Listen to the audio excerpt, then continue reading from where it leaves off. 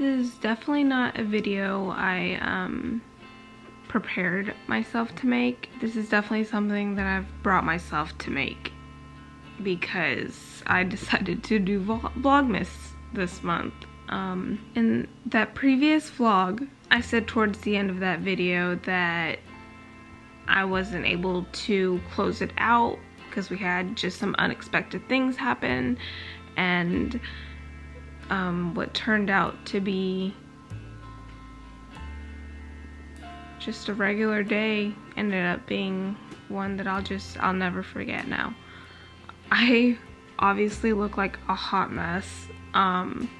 I've literally been crying on and off all day since last night, and I've really just had a lot of thinking to do and acceptance. Okay, so I guess I'll just kind of start. I know a lot of you guys that have followed, you know, my family around for a while, or, you know, just kind of know my life in general.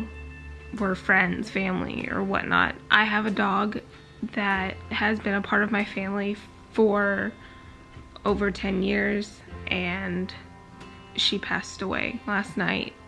It was one of the hardest things I definitely ever had to go through. It is something that in the back of my mind I always tried to mentally kind of prepare for, because you just never know when it would happen, and you don't expect it to happen when it does, but you know that you have to just kind of, with any pet, you know, you just have to just get yourself prepared for that moment that things just don't work out and that pet just has to go. And that was definitely that moment for us. I'll go ahead, I'll just kind of backtrack and start from the beginning. That day, everything was cool, everything was fine. It was like a normal day. Took her out that morning before school. We went on our morning walk like we always do, and we took the kids to school, and it was just no big deal. Rest of the day flew by, and just we were out and about like you guys saw, but you know, came home and everything was cool. Like nothing really shot out to us that could have like thought this was it, you know. And then last night around 10:30, 11, I noticed that I noticed that she was kind of bloated, like around her stomach area, and I just was like, that's weird, because I know you don't look like that. Like, yeah, I know my dog, I've had her. I just took her to the bathroom and just kind of, maybe she is just gassy, and she went poop, she went pee. We came back upstairs, and then she started dry heaving, like just kind of dry heaving. And she's an older dog, yeah, she throws up every now and then, like didn't think much of it, and that's what I thought she was just doing. So then I just kind of hung out around her to make sure she was good, you know, filled up her water. She took some water, and then I could just tell she was kind of like, you know, not comfortable. I took her back outside a couple times, just kind of let her walk it out. When I brought her back in, it just progressively got worse, like her symptoms within like an hour. She started to dry heave more. She went from like, you know, whimpering to barking and to crying and just being loud and in pain, and it really scared me. Like, it really scared me. I was trying everything in my power to calm her down, and usually she's pretty calm around me. Like, if you guys know Zombie, she's so chill, and she's just so like laid back, you know. She rarely ever barks, like legit. The only time she barks is when there's someone at the door and she's like, you know, protecting us. But other than that, she doesn't bark. So I knew that these cries were serious cries for help. And Jesse's currently working this night shift, so I'm calling him and I'm starting to freak out because I don't know what to do. The kids are sleeping because it's already way past their bedtime. Jesse could hear Zombie in pain.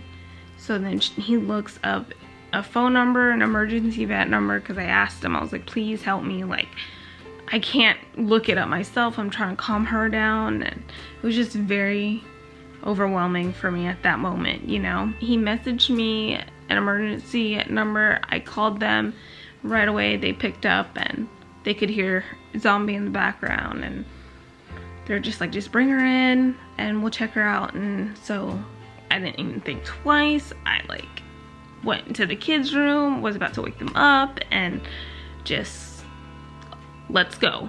We all got to get out of here kind of thing, you know. And then, but Jesse was like, no, I'm coming home. Let me come home and just wait for me, and you can take her and we'll switch out so we don't have to like wake the kids up. And then so I waited for about another, I want to say 20 minutes or so for Jesse to get home.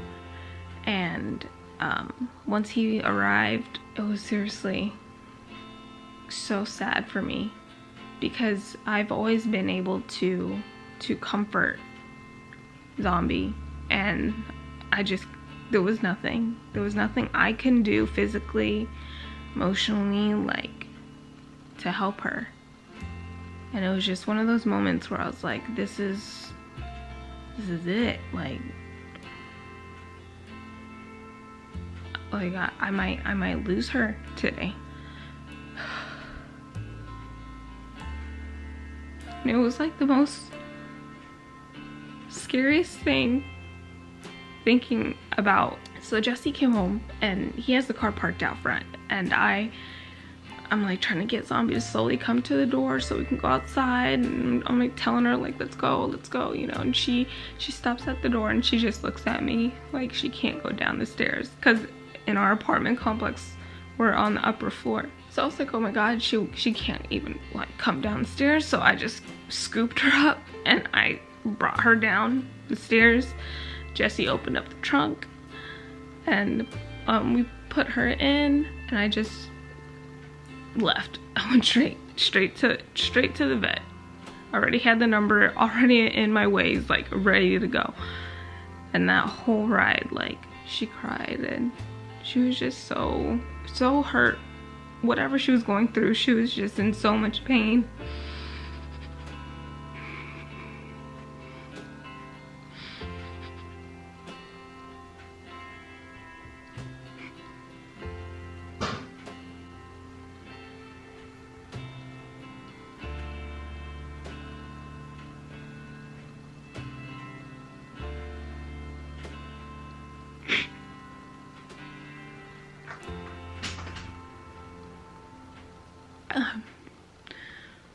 I got to the vet and I popped open the trunk because I have a hatchback, so I just scooped her up and I like ran her in, and I was like, I called a little bit ago, like, can I get help? And they asked what was going on. I told them what the symptoms that she was like experiencing were, and they just like, you know, brought her in. They tried to stabilize her. I asked them, I was like, just do what you can, like, just to make her like feel okay, for them to even start anything. They brought out the like the bill sheet of like all the stuff that they need to do right now, like, to figure out what was going on, and that was like $800. I had them just tell me what was going on, what was the diagnosis, and what we could do from there. So then finally, when we were able to get that filled out and I had to go do what I had to do in that moment, they finally brought me in within less than 5 minutes into one of the like the back rooms at the vet. And I waited for a couple minutes, and the doctor came out, and he was able to explain to me what his diagnosis was and what were the actions to do from there. And he told me that it looks like she has GDV, bloat, just because like her symptoms, she was gagging and she just kept trying to like gag and nothing was coming out. She was in pain, discomfort, she was restless, she kept pacing, and you know, all these symptoms that they were telling me that what she was experiencing, that's what they had came with. And they told me that the next steps to that, x-rays, they were, you know, on these blood tests, and it was just a lot. It was overwhelming. It was a lot of money, and that didn't even include the surgery that they had to do, because you can't really reverse something like GDV when the stomach kind of twists. So they told me that surgery is definitely necessary for an emergency procedure like this. With that, it was gonna cost thousands of dollars with no guarantee that she was gonna come out okay in that situation. And the doctor told me that if she did come out okay in that situation, that there was always a chance that it was gonna come back and kind of like reverse itself pretty much. Like, now that she had it this one time, she was more susceptible to get it again. I don't have thousands of dollars to be able to make that split on decision to be like, go for the surgery, let's do this. And as much as I love her so much,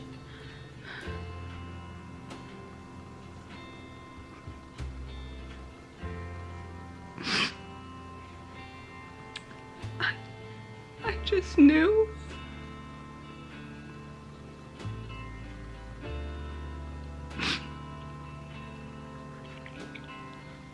so I talked to the vet, and they gave me out my options, and they needed them quick because of how much an emergency it was. They told me, they're like, we need a decision fast because this is like, you know, life and death for them. And if you are wanting to push for the surgery, we need to make sure that she's completely stable and ready to go, and like pretty much like you need to tell us what to do. And it was just like so fast. Everything happened so fast. Her not feeling well, me noticing like I'm in the vet and this is what they're telling me. And so I called Jesse and I went over my options. I'm hysterical at this moment. You know, I'm trying to keep it together. He was like, babe, he was like, you know what you have to do. And I said, I know.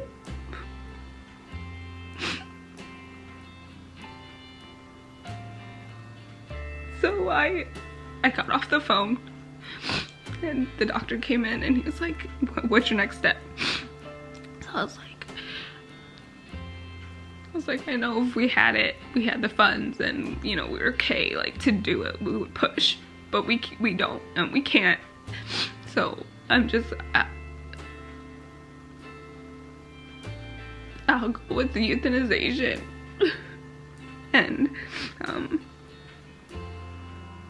they're like, okay, well, we can go with that, and you can come in and you can see her right now. We've got her, you know, comfortable. And I was like, okay. So I literally like got up, I was ready to see her. She they walked me straight to her in the back. She was on a table just laying there, and it looked like they're just like getting her kind of stable with her vitals and stuff. And there was 2 vet techs with her, and she was laying on a table. And right when she saw me, she like lifted her head up and her tail was like, she was just so like comforted knowing like, okay, my mom's here, like she got me, you know. And so I just like stayed with her, petted her, I held her, I kissed her, and I told her she was doing so good. And I stayed with her till one of the other vet techs came and pulled me aside and was like, we have this paperwork if you want to come back with us, and you're gonna just like fill it out, we'll go over it with you and what your options are for the euthanization. And I was like, okay. So I went, told her I was gonna be right back, and I filled out all the paperwork. The lady went over what we're gonna do with her, and I paid right then and there so then I can just leave. After everything was complete, she brought me straight to a more private room setting, and I waited there till they like got her ready and they brought her in to that private room. Oh my gosh, it felt like the longest wait, just waiting for her to come in that back room. And when they finally brought her in, they wheeled her in on a table. She was like laying down, almost kind of like the way I saw her previously. And then when the door opened and she saw me, she like shot up off the table and just kind of wanted to come down off the table and come to me. So like they had to like help her, like, because she just did not care. She was like, mom's here, you know. And she stood up in a way that she was trying to show me like she was good, like I can come home, you know, I'm feeling okay. And I just knew like it was the pain meds that was making her feel that way. So I kind of helped her down. She came over to me and they laid out some blankets on the floor, and I just kind of got her comfortable, and I laid with her and I talked to her for a long time. And they told me like I had a call button, so whenever I pressed it, they knew like that was their time to come in and just to take my time and whatnot, you know. I just talked to her, and I let her know she was such a good girl and how much we cared and loved her and how much the kids are gonna miss her and how much I'm gonna miss her.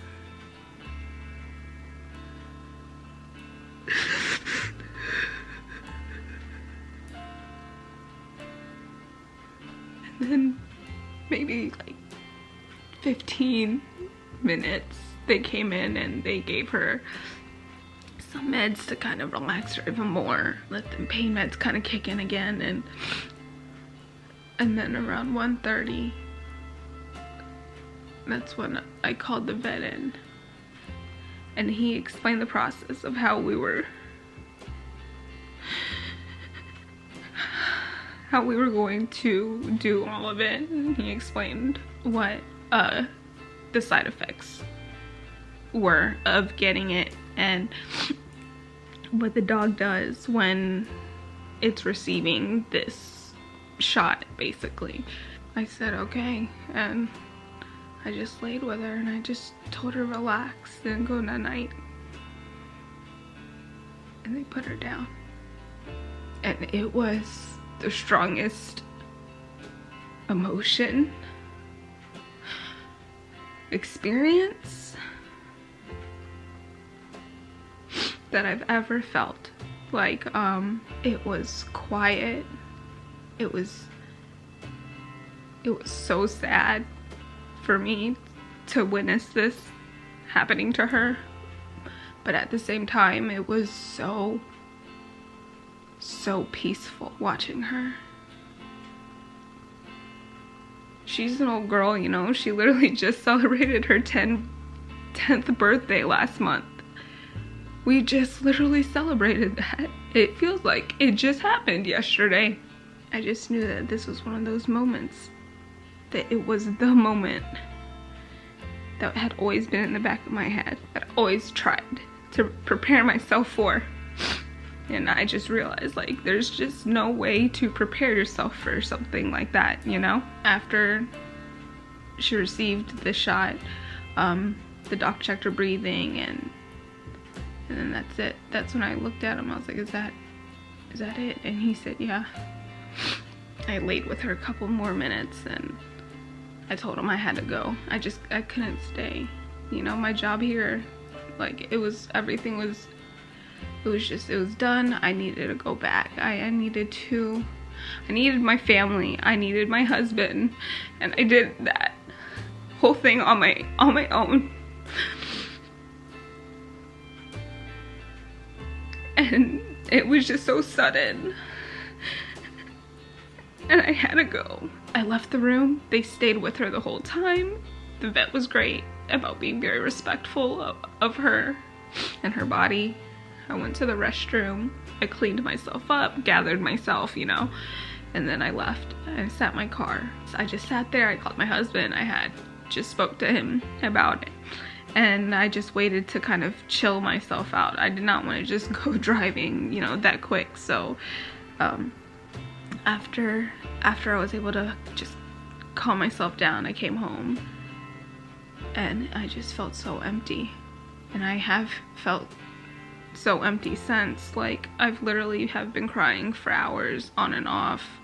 I barely slept. And then all today, like, I didn't vlog, obviously. I've just been very, very, very sad and just trying to, you know, grieve. And she was such a good girl. If you guys knew Zombie, y'all know. She paid my ass, but she was so good. And she loved me so much. And she knew she was so loved. We took her to Arizona this weekend for Thanksgiving. She stayed with the family. We were all there. And like, she showed no signs of this even happening to her. It happened so fast. It was not what I was expecting. They are cremating her, and I gave the option of having her at a dog park. There's a memorial at the dog park where they will spread her ashes. They gave me the address of that dog park so I can visit her. What broke my heart the most was this morning, Amaya, she woke up and Jesse told me that she was obviously awake through Zombie, like crying and going through her pain, because it was just so, her yelps were so loud. Jesse had to put her back to bed when he came home, and she was like crying and very upset. And she was like, is Zombie gonna be okay? And she was like, am I gonna see her in the morning? And Jesse was like, yeah, babe, yeah, you're gonna see her. Like, go back to bed. You need to go to sleep. This morning, she literally, she woke up, got ready for school, and she came straight to me, and she could see I was so sad. And I had been crying on and off already, and she was just like, Mom, what's wrong? Where's Zombie? And I just told her she was at the hospital. I couldn't bring to tell her what happened right before she was going to school. I couldn't just like tell her and then let her go off like that. Like, I just told her she was in the hospital, that she needed to get ready for school. And then she was like, see, she was like, it's okay, Zombie's gonna be fine. She's at the hospital now. And she was like, don't be sad. You know Zombie doesn't want you sad. And she was like, you'll see her when she comes home and you're gonna be happy again.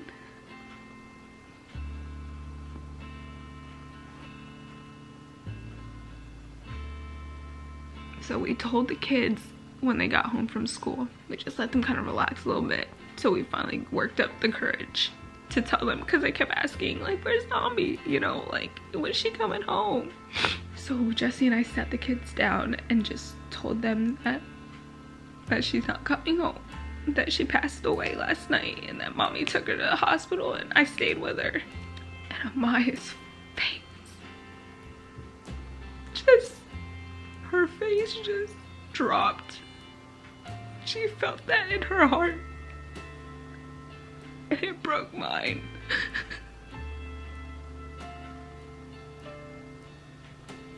She broke down, man.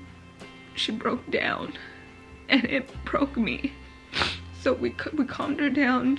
Caden, he sensed something was going on, and he was just like, Zombie's not coming back? And I told him no. And then you could see his eyes were starting to water, and he's starting to get upset. And so he's like grabbed me and held me, and I would like grab Jesse and held him. And it was just the saddest moment that we've ever had to go through as a family, you know. I've just been trying to be there for the kids and trying to toughen up a little bit. But it's hard. It's so hard. I did what I could, and I was there for Zombie when she needed me the most. She lived a good life. She got to go to Japan with us. She lived in Japan for, you know, a little bit. She lived in Arkansas a little bit. She was traveling. She moved to California. She camped out here with us. We took her to Sequoia National Park. She did some cool things with us, you know. She loved the dog parks here. She loved it all. She loved San Diego. She loved being out here. Oh, just as much as she loved San Diego, she loved Arizona. That's where my in-laws are, and every single time we would come to their house, she would be able to roam free because they're literally out in the desert and they have a fence around their home, so she was able to roam free and just live her best life. That girl. And she was so good to us. She was so good with the babies. 10 years, and she watched me grow. She watched me grow up to be some young adult. Not even old enough to drink. To becoming a mom to her, to becoming a mom to the babies, and watching over them when they were young. I have pictures of her just like sitting next to Amaya as a baby, just kind of waiting, watching her. Amaya was like, who's gonna be our coyote when we go to Nana and Tata's house? Since, you know, they're out in the desert, they always were like, oh, the coyote's here. Well, Zombie would be prancing around, and then they would run around acting like the coyote was there, and then Zombie would see them running and she would chase after them, and like they would scream, and it was just like a whole ongoing thing. They called her their coyote when they were in Arizona. And Zombie, she thought it was funny because she kept chasing him, you know. She was the best. I wanted to come on here and let you guys know, like, that's what I've been up to today. Just kind of grieving and trying to find a new normal for us as a family. You dedicate your whole life around things you love, and when something that is a part of your daily life gets taken away so fast, it throws you off a bit. My body just has been wanting to go outside to like take her out. You know, she has to go pee. But then I remember there's no one here to take out, you know? And just thinking of her not being here, it hurts. But I just wanted to come up here and tell you guys, this is reality, this is my life. I knew how to come up here and tell you guys everything that was going on, just because this is a big part of my life, and it's hurt and it's hit hard. Everyone that knows, like, thank you for all your condolences. I really appreciate it, you guys. I love you guys. I really do. If it wasn't for those words, I wouldn't be able to manage the way I'm managing, even though I'm probably a mess right now. And I have been, but they help. The words help. So I'll see you guys. I'm gonna see if I can vlog the next day. We'll see what happens. I'm just gonna take it easy. I'm not gonna jump right into it, but I'll see you guys later.